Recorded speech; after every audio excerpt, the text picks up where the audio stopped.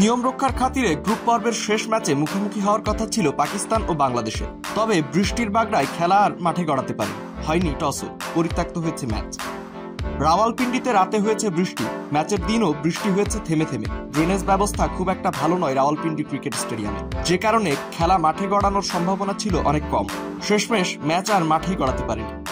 Match পরিত্যক্ত হওয়ার কারণে দুই দলকেই 1 পয়েন্ট করে দেওয়া হয়েছে। গ্রুপ এ এর পয়েন্ট টেবিলে তৃতীয় স্থানে আছে বাংলাদেশ, পাকিস্তান রয়েছে চতুর্থ স্থানে। দুই দলের পয়েন্টই 1 করে। নেট রান রেটে পাকিস্তানের চেয়ে এগিয়ে থাকায় উপরে থেকে টুর্নামেন্ট শেষ করেছে বাংলাদেশ। আগেই টুর্নামেন্ট থেকে বিদায় নিশ্চিত হয়ে গিয়েছিল দুই দলের। এই ম্যাচ ছিল শুধুই নিয়ম রক্ষা। তবে বৃষ্টির কারণে নিয়ম রক্ষার ম্যাচটাও খেলতে পারেনি পাকিস্তান এবং বাংলাদেশ। পরিত্যক্ত ম্যাচে 1 পয়েন্ট নিয়ে সন্তুষ্ট থাকতে হয়েছে দুই দলকে।